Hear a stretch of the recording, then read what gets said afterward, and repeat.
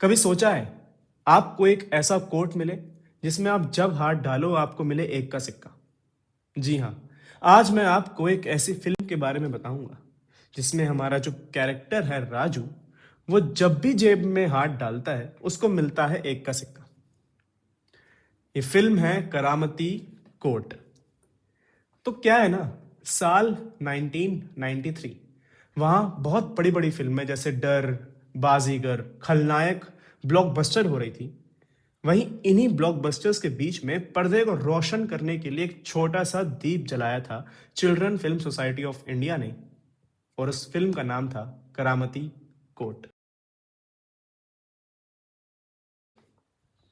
और एक खास बात, इस फिल्म में एज अ चाइल्ड आर्टिस्ट एक इंसान ने काम किया था जिस कैरेक्टर का नाम है राजू, और उन्होंने director as a director Tanaji और आदि पुरुष जैसी फिल्में बनाई थी।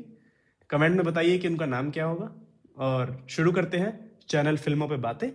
मेरा नाम है वरुण और आज हम बात करेंगे फिल्म करामती कोर्ट की। चलिए बात करते हैं वर्ल्ड ऑफ द फिल्म की।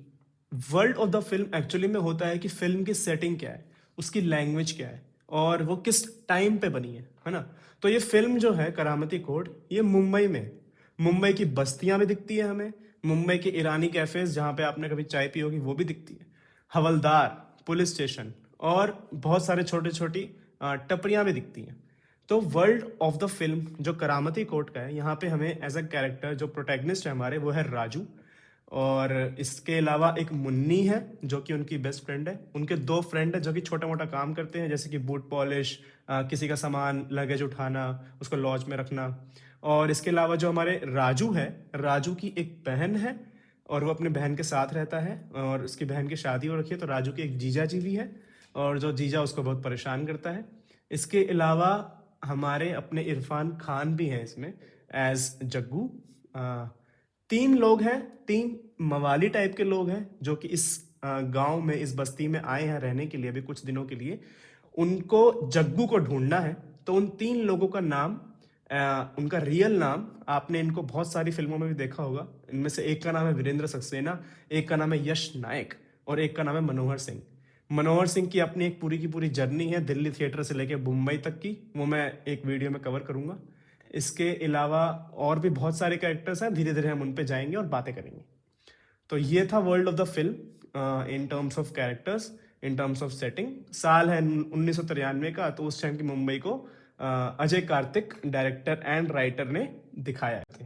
तो कोई भी कहानी आप उठा लो, वो ना 3 एक्ट स्ट्रक्चर को फॉलो करती है। 3 एक्ट मतलब कि स्टार्टिंग में होता है, एक्ट 1 में होता है एस्टेब्लिशमेंट, एक्ट 2 में होता है कॉन्फ्लिक्ट और एक्ट 3 में होता है क्लाइमेक्स। कोई भी कहानी, भले ही एक खरगोश और कछुए की कहानी क्यों ना हो, तो हम स्टार्टिंग में नैरेटिव को इस्टेब्लिश करते हैं, फिर कोई ना कोई रुकावट फेस करता है प्रोटैगनिस्ट, और एंड में क्लाइमेक्स फॉलो होता है, रेजोल्यूशन फॉलो होता है। That can be a happy ending और अ सैड एंडिंग और न्यूट्रल, मतलब कि ऑडियंस पे छोड़ दिया, अब आप सोचो क्या है। तो हमारी कहानी भी ऐसे शुरू होती है। राजू नाम का लड़का होता है जो कि अपनी बहन के साथ रहता है, और उसकी बहन के हस्बैंड जो उसके जीजा जी होते हैं, उनके घर पे वो रहता है। उसकी बहन का छोटा सा बेटा भी होता है। तो स्टार्टिंग होती है कहानी की कि राजू अपनी बहन से बोलता है कि मुझे 1 रुपये चाहिए क्योंकि मुझे कुछ भूख लग रही है और मुझे कुछ सामान लेने जाना है।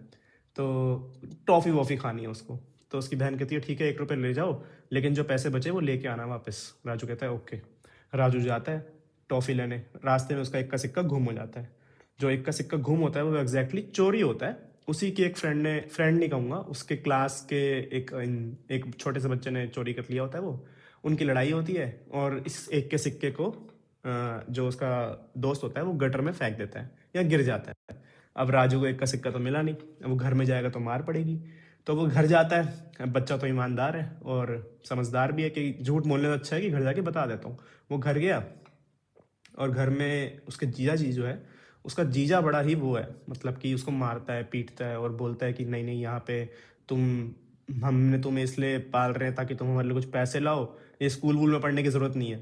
तो राजू को मारता है और उसको भगा देता है घर से। राजू जाता है और मुन्नी के पास जाता है। अब ये मुन्नी जो है वो उसकी एक फ्रेंड है जो कि फूल वूल बेचती है, छोटा मोटा काम करती है। इसके साथ मुन्नी के दो और फ्रेंड होते हैं, वो बूट पॉलिश करते हैं, लॉज में सामान रख देते हैं। ये एक तरह से इनकी टप्पू सेना है। तो राजू जाता है वहाँ पे मुन्नी के पास और मुन्नी को बोलता है कि कुछ पैसे है क्या तुम्हारे पास, मेरे जीजन मेरे को घर से निकाल दिया। तो मुन्नी कहती है ये मेरे पास है, रुको मैं लाती हूँ, पर उसकी मम्मी मना कर देती है। इन शॉर्ट राजू को घर से निकाल दिया जाता है और राजू जाता है अब फुटपाथ पे यहाँ वहाँ घूम रहा होता है। तब मिलती है उसको एक बूढ़ी दादी। ये जो बूढ़ी दादी है ना, ये एक जादुई दादी है, ठीक है। इनके पास एक कोट है जो ये राजू को दे देती है, क्योंकि राजू को लग रही होती है ठंड और वो ऐसे लेटा होता है सड़क पे। वो कहती है ये कोट पहन लो। अब जादुई दादी, मैंने अपने पर्सपेक्टिव से सोचा है, पर फिल्म में ऐसा कहीं दिखाया नहीं है, क्योंकि फिल्म में ऐसा कहीं दिखाते नहीं है कि इनको इस कोट की मैजिकल पावर्स के बारे में पता है। तो और जो बूढ़ी दादी है, इसका कैरेक्टर प्ले किया है सुरेखा सिकरी जी ने, जिनको आपने बालिका वधू में देखा होगा। तो ये उन्हें कोट दे देती है और राजू कोट पहन के सो जाता है। राजू सुबह उठता है, ठीक है। वो कोट की जेब में से हाथ डालता है, वो हाथ डालता है और निकलता है एक का सिक्का। राजू कहता है "हैं? ये एक का सिक्का कहाँ से आया?" वो वापस हाथ डालता है, वापस निकलता है एक का सिक्का। राजू हो जाता है हैरान। अब ये याद रखो कि ये राजू का फर्स्ट टाइम है, this is the first event जब राजू को समझ आता है कि उसकी जेब में हाथ डालने से एक का सिक्का निकल रहा है। तो उसके एक्सप्रेशंस बहुत ही शॉक, अमेजिंग और सरप्राइज वाले होते हैं, ठीक है, जो कि चेंज होंगे during the course of the film.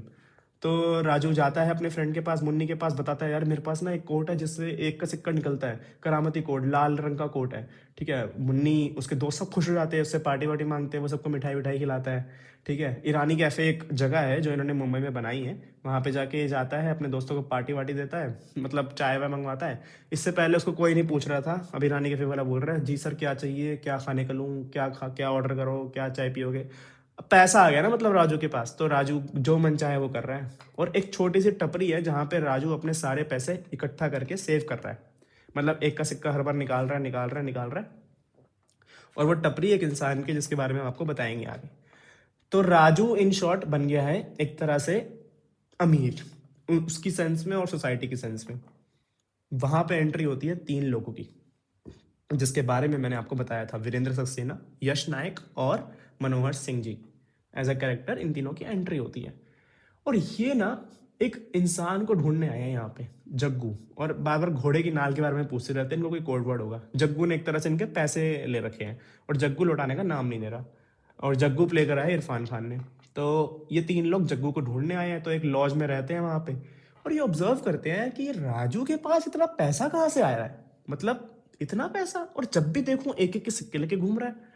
तो इनको शक तो हुआ, ये तीनों मवाली एक तरह से। तो हवलदार जो है, एक हवलदार भी है यहाँ पे, हवलदार, और ये जो 3 लोग हैं ये सब ऑब्जर्व कर रहे हैं, और इसके जीजा भी ऑब्जर्व कर रहे हैं कि राजू के पास इतना पैसा आ कहाँ से रहा है। तो ये सब ढूंढना शुरू करते हैं और इनको मिलती है वो टपरी जहाँ पे राजू अपने पैसे सेव कर रहा है। तो हवलदार तो चुरा के भाग जाता है, और हवलदार इसका कोट भी लेके भाग जाता है। राजू हो जाता है परेशान, मुन्नी हो जाती है परेशान, सारी टप्पू सेना, जो इनकी टप्पू सेना है, वो हो जाती है परेशान कि भाई ये किसने कोट ले लिया हमारा। पर हवलदार की जो बीवी होती है वो कहती है अगर अगर पूरी सोसाइटी को पता चलेगा कि तुमने एक बच्चे का कोट मार लिया तो तुम पे थूकेंगे, इससे अच्छा है कि कोट को कहीं दे के आ जाओ। वो कोट को घर के बाहर फेंक देती है और राजू को वो कोट मिल जाता है। पर ये जो 3 लोग हैं जो जग्गू को ढूंढने आए हैं, जो कि प्ले किया इरफान खान ने, वो ऑब्जर्व करते हैं कि राजू के पास अब कोट आ गया है। तो वो राजू को किडनैप करके अपने घर ले आते हैं, ठीक है। राजू जैसे कैसे भाग जाता है, पर उनका कोट उनके पास रह जाता है। अब वो जब कोट में हाथ डालते हैं ना, तो एक का सिक्का नहीं निकलता। हवलदार जब कोट की जेब में हाथ डालता है तो एक का सिक्का नहीं निकलता।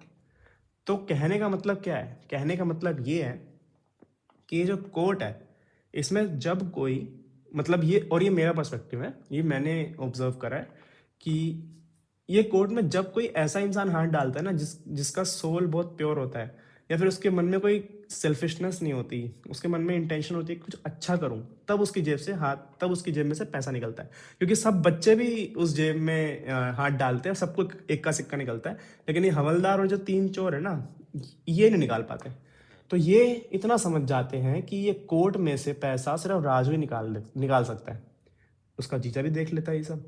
अब ये आप ध्यान रखो कि मैंने एक्ट 1, एक्ट 2, एक्ट 3 इसमें हम दिखा रहे हैं। एक्ट 1 में जब राजू को कोर्ट मिलता है, एक्ट 2 जो अब चल रहा है जहाँ पे सब राजू के पीछे पड़े हैं, तो एक तरह से कॉन्फ्लिक्ट आ रहा है ना राजू की लाइफ में, उसको बचना पड़ रहा है लोगों से।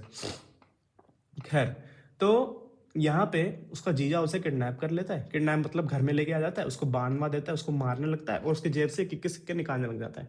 ऐसे करते करते वो 1000 सिक्के 2000 सिक्के जोड़ लेता है अपनी सेविंग के लिए। इसी बीच वो 3 लोग आ जाते हैं और राजू को लेके भाग जाते हैं।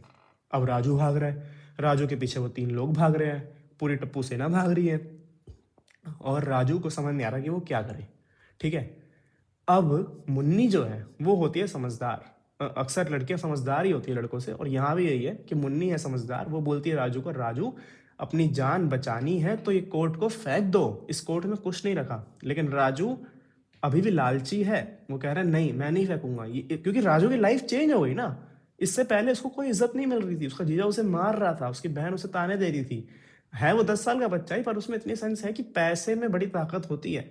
अभी मेरे पास पैसा है तो सब मेरे को पूछ रहे हैं। वो कह रहा है मैं किसी को कोट नहीं दे सकता, मैं भागूंगा। वो भाग रहा है भाग रहा है भाग रहा है भाग रहा है, बट नेचर वो अपनी अपनी राय खुद तय करता है। राजू पहुंच जाता है एक डेड एंड पे, जिसके आगे है समुंदर और इधर है 3 लोग। अब राजू को समझ नहीं आता कि वो क्या करे। कोट उसने अभी भी पहना हुआ है। वहां मुन्नी चिल्ला रही है राजू कोट फेंक दो और कोट फेंक दो। राजू को समझ नहीं आ रहा कि वो क्या करे। और राजू समुंदर को देखता है, उन तीनों को देखता है, और राजू अपना कोट उतार के फेंक देता है। यहाँ पे 3 लोग आते हैं, वो देखते हैं कि कोट ऐसे बहता हुआ जा रहा है। राजू वहां से भाग जाता है। अगले दिन राजू के पास वो 3 दोस्त आते हैं, मुन्नी वो मुन्नी को तो पता है कि उसने कोट फेंक दिया। वो दोनों दोस्त उससे पूछते हैं राजू तुम्हारा कोट कहाँ है। वो कहता है कोट, कौन सा कोट, मैं किसी कोट को नहीं जानता। ये क्यों कहा, मैं ये सब आपको बताऊंगा, अभी मैं सिर्फ कहानी बता रहा हूँ जल्दी जल्दी। तो और एंड में क्या होता है, फिर एक बच्चा आता है जो कि बीच पे से कोई सामान ढूंढ रहा होता है और उसको वो कोट मिलता है। वो कोट पहन लेता है और वो भी जब जेब में हाथ डालता है उसे भी मिलता है 1 का सिक्का। कहने का मतलब कि साइकिल रिपीट्स, वो साइकिल फिर से शुरू हो जाती है और यहाँ पे कहानी खत्म हो जाती है। बात करते हैं फिल्म की एक्टिंग पे। तो राजू जो है वो एक जो कि है, उसने गरीबी देख ली है, तो ये सब चीज़ें हैं उसको अपनी एक्टिंग में दिखानी है। अब ये जो बच्चे हैं ना, ये जब एक्टिंग करते हैं, जैसे आपने फिल्म देखी हो कि चैन खुली की मैन खुली या फिर चिल्लर पार्टी, तो ना बच्चे बहुत ही नेचुरल एक्टिंग करते हैं। सबने सुना होगा नेचुरल एक्ट कर रहे हैं यार। क्योंकि एक आप सिंपल सी बात है कि मात्र 10 साल 12 साल उनकी उम्र होती है। उन्होंने इतनी कोई एक्टिंग टेक्निक्स तो नहीं पढ़ ली होगी ना, उनको इतना लाइफ एक्सपीरियंस है। तो वो मोस्टली अपने आप को ही प्ले करते हैं, है ना। तो यही यहाँ पे राजू ने किया है। उसका नाम मैं आपको नहीं बता रहा क्योंकि आप वो शायद कमेंट में डाले तो मज़ा आएगा। तो राजू जो है उसने भी यही करा। उसने, उसको पता है डायलॉग क्या है, उसको पता है कि स्क्रिप्ट क्या है, उसको पता है सेटिंग क्या है। उसने पूरा पूरा ध्यान लगाया कि मैं किस एक्टिंग में कौन सा एक्सप्रेशन दिखाऊंगा। ऑब्वियसली डायरेक्टर ने भी हेल्प करी होगी, बट आपको वो इनोसेंस, वो जो उसकी नेचुरल एक्टिंग है ना, वो आपको वहाँ पे दिखेगी। स्टार्टिंग में जब उसके एक्सप्रेशन होते हैं ना, तो आपको दिखेगा जब वो सिक्का निकाल रहा है। स्टार्टिंग में जब सब पहली बार उसको पता चला कि कोर्ट की जेब में हाथ डालने से सिक्का निकलता है, तो उसके एक्सप्रेशन बहुत ही ज़्यादा अमेज, शॉकिंग, सरप्राइज है। जब सेकंड टाइम वो सिक्का निकालता है अपने फ्रेंड्स के लिए, तब he has a sense of कि प्राउड ईगो कि हाँ मैं तुम्हें पैसे दे रहा हूँ। जब उसके बाद वो पैसे निकालता है, कई बार मजबूरी में पैसे निकालता है, फिर जब जीजा जो उसके पैसे निकाल रहे होते हैं, तब उसकी आंखों में आपको दिखेगा कि वो नहीं चाहता यहाँ पे कि इस कोर्ट से पैसा निकले। एट द एंड जब वो उस कोर्ट को फेंक देता है, वो मेच्योर फील करता है। एक्चुअली में राजू के पर्सपेक्टिव से अगर मैं सोचूं तो ये कमिंग ऑफ एज स्टोरी है। कमिंग ऑफ एज मतलब कि जो हमारा कैरेक्टर है वो साइकोलॉजिकली थोड़ा मैच्योर हो जाता है ना। सोसाइटी उसको इस तरह से मैच्योर कर देती है। तो ऐसी बहुत सारी फिल्म्स हैं।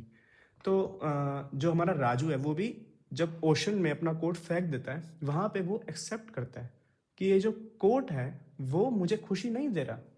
ये जो कोट है वो, ये मैं नहीं हूँ, ये तो कोट है ना। मेरी एग्जिस्टेंस और मैं जो हूँ वो अलग हूँ। तो वो जब कोट को फेंकता है तब वो वही राजू बनता है, but in a emotional and mature way. तो यहाँ पे जग्गू जो हमारे इरफान खान साहब है, उनकी एक्टिंग की मैं बात करूं तो उन्होंने ना अपनी बॉडी लैंग्वेज से खेला है। मतलब वो एक गुंडे का रोल कर रहे हैं, एक मवाली का रोल कर रहे हैं। 1993 में फिल्म आई थी, उनकी उम्र करीबन 24 साल की होगी। तो 24 साल के हिसाब से उन्होंने एनएसजी से वो पास आउट हुए थे। तो आप उनकी लैंग्वेज देखोगे ना, टपोरी लैंग्वेज उन्होंने पकड़ी है, बहुत ही बेहतरीन पकड़ी है। अगर उनको फुल फ्लेज कैरेक्टर दिया जाता है एज जग्गू, मैं बता रहा हूँ ये बहुत ही अच्छा कैरेक्टर था उनका। और उन्होंने 5 से 10 मिनट के लिए वो स्क्रीन पे आए होंगे, वो खा गए पूरा सीन। उनकी डायलॉग डिलीवरी में इतना फ्लो था, उनकी बॉडी लैंग्वेज, उनकी उनकी पूरी बॉडी लैंग्वेज आप ऑब्जर्व करोगे तो उनके हाथ, उनके पैर, उनके डायलॉग सब सिंक में थे। वीरेंद्र सक्सेना, अजय नायक और हमारे मनोहर सिंह, इन तीनों की आपस में जब केमिस्ट्री दिखती है बहुत ही अमेजिंग दिखती है। वो सब एक दूसरे को रिसेप्टिव लिसन कर रहे होते हैं। Acting is all about reacting and they just reacts to each other. और बहन और जीजा जी ने तो करेक्टर बढ़िया करे ही हैं। राजू, मुन्नी बहुत ही अमेजिंग, इन्होंने भी बहुत अच्छी एक्टिंग करी है। मतलब इन शॉर्ट मैं कहूँ एक्टिंग के बारे में तो सब ने अपने अपने करेक्टर को पूरा पूरा जस्टिस दिया है। बात करते हैं फिल्म की डायरेक्शन पे और राइटिंग पे। Ajay Kartik as a director and writer उन्होंने बहुत ही अच्छा काम किया है। उन्होंने ना मुंबई को एज अ कैरेक्टर दिखाया। मतलब मुंबई की सड़कें, मुंबई की बस्तियां, मुंबई की टपरी, मुंबई की रानी कैफे, इन सब में अपनी अपनी एक लाइफ दिखाने की कोशिश करी है। मतलब ये सब जो जगहें हैं ना, ये जगहें बोलती हैं। राजू राजू के जब सामने कैमरा आता था ना, तो अब बात हो रही है करामती कोर्ट की, तो हर वक्त कैमरा करामती कोर्ट पे तो होगा नहीं। बच्चे क्या देखना चाहते हैं, ऑडियंस क्या देखना चाहती है, ऑडियंस देखना चाहती है कि राजू क्या फील कर रहा है।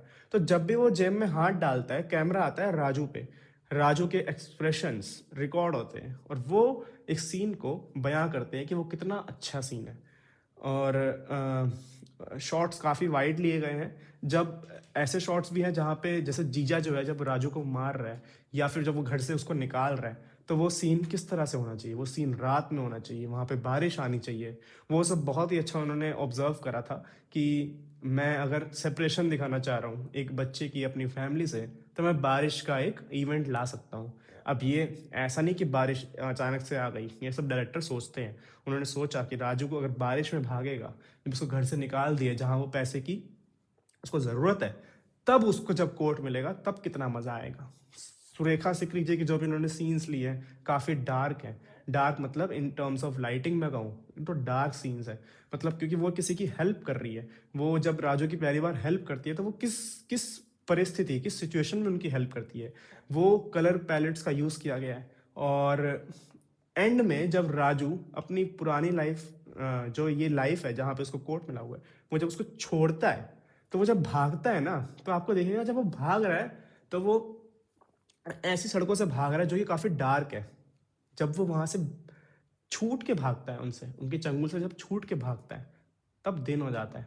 अब ये सोच समझ के किया गया है कि डे एंड नाइट की सेपरेशन, कि नाइट में इंसान, हम सब थक जाते हैं ना, हम अगले दिन फिर से शुरुआत करते हैं कि नहीं, हम में वो मोटिवेशन वापस आता है कि जॉब पे जाना है, यहाँ जाना है, वहाँ जाना है, एक बार फिर से ट्राई करते हैं, एक्सरसाइज करनी है। तो वो चीज़, सेम चीज़ जब राजू करता है, वो सीन डायरेक्शन में दिखता है कि राजू भागता है समुंदर की तरफ, वो समुंदर जिसमें अथाह पानी है। वहां जाके वो खड़ा हो जाता है और वो सोचता है कि क्या करूं, कोट को फेंक देता हूँ। तो again the brightness of the scene, वो लिट हो जाता है पूरे पर्दे पे, समझ आता है कि हाँ, इस राजू की एक नई लाइफ शुरू हो चुकी है। राइटिंग राइटिंग में अगर मैं बोलूँ तो जो राइटिंग, जो डायलॉग्स है वो काफ़ी, जैसे हम आम तौर पे बात करते हैं वैसे ही लिखे गए हैं। जो टपोरी लैंग्वेज का इस्तेमाल किया गया है, अजय कार्तिक ने काफ़ी अच्छा ऑब्जर्व करा है कि मुंबई में किस तरह से लोग बोलते हैं। स्पेशली वडाला, दादर, ये लोअर परेल साइड के जो लोग हैं ना, वो जिस तरह से जिन शब्दों का, जिन बोली का इस्तेमाल करते हैं, वो इरफान खान ने जग्गू के कैरेक्टर में दिखाया करके। जो तीन कैरेक्टर्स हैं हमारे, वीरेंद्र सक्सेना, अजय नायक और मनोहर सिंह, इनकी बातें काफ़ी मस्ती वाली रखी गई है। मतलब ये आपस में जोक वोक मारते हैं और एक काइंड ऑफ ह्यूमर सेगमेंट वहाँ पे है। बच्चों के डायलॉग्स मुझे लगता है बच्चों के बहुत ज़्यादा हिसाब से लिखे गए हैं ताकि हर बच्चा उन डायलॉग से रिलेट करे। उनमें अपनापन भी है, उनमें वो प्यार भी है, उनमें वो चालाकी भी है, इनोसेंस भी है, ताकि बच्चे जब उस पर्दे पे उस उन कैरेक्टर्स को देखे तो वो रिलेट कर पाए कि हाँ, ये तो मैं भी बोलता हूँ। करामती कोर्ट, मुंबई, ईरानी कैफे, ये सब अपने आप में एक कैरेक्टर्स हैं और इनको अजय कार्तिक ने अपनी डायरेक्शन में बहुत अच्छे से दिखाया। तो बात करते हैं एक कॉन्सेप्ट की जो कि है मैजिकल रियलिज्म। ये फिल्म उस कॉन्सेप्ट को फॉलो करती है। अब ये मैजिकल रियलिज्म एग्जैक्टली है क्या? मैजिकल रियलिज्म दो शब्द से बना है, मैजिकल एंड रियलिज्म। मैजिकल मतलब हो रहा है जादू, रियलिज्म मतलब जो हमारी सेटिंग है, जो हमारा स्ट्रक्चर है, वो रियलिस्टिक स्पेस में है। ठीक है। अब ये फिल्म मैजिकल रियलिज्म पे क्यों है? आप मैजिकल रियलिज्म के बारे में नेट पे भी पढ़ सकते हैं, पर थोड़ा सा मैं आपको बता दूं। जैसे कि फैंटेसी, कुछ जादू हो रहा है और एक रियलिस्टिक स्ट्रक्चर है। कैरेक्टर्स रियल लाइफ में रह रहे हैं, उनको पता है कि ये जादू हो रहा है, पर कोई हमें बताता नहीं है कि जादू क्यों हो रहा है, क्या रीज़न है इस जादू का होने का। ना कोई इसकी परवाह करता है। जैसे फिल्म है लाइफ ऑफ पाई, है ना, नंदनम एक फिल्म करके है। ऐसी बहुत सारी फिल्में आपको मिल जाएगी नेट पे जहाँ पे मैजिकल रियलिज्म का फॉलो हो रहा है। तो इस फिल्म में भी ये कॉन्सेप्ट फॉलो होता है। मतलब जो हमारी सेटिंग है वो रियलिस्टिक, मुंबई की सड़कों पे चीज़ें हो रही हैं, नॉर्मल लोग आपस में बात कर रहे हैं, और एक जादुई इवेंट हो रहा है जहाँ पे कोर्ट में हाथ डालने से पैसा निकल रहा है। अब किसी को परवाह नहीं है कि ये क्यों हो रहा है, ना किसी को जानने की पड़ी है, बस ये हो रहा है और सब इसको मान रहे हैं। तो ये बात करनी ज़रूरी थी, इसलिए मैंने इस पे बात करी कि ये करामती कोर्ट एक तरह से मैजिकल रियलिज्म कॉन्सेप्ट पे बेस्ड है। बात करते हैं कुछ सिंबोलिज्म एंड थीम्स पे। सिंबोलिज्म मतलब कि जैसे कोई आपको लाल गुलाब देता है, तो लाल गुलाब एक अपने आप में सिंबल है लव का, है ना। आप चांद को देखते हैं, आप किसी की ब्यूटी एडमायर करते हैं, तो ये सब सिंबल्स होते हैं जो लिटरेचर, फिल्म्स और नोवेल, प्लेस, इन सब में होते हैं। मेरे मैं जब इस फिल्म को देख रहा था तो मैंने ऑब्जर्व किया कि कुछ सिंबल्स डायरेक्टर ने इन कैरेक्टर्स में रख रखे हैं। तो अगर आप कैरेक्टर्स देखो ना, राजू का वो अपने आप में इनोसेंस इमोशन को शो करता है।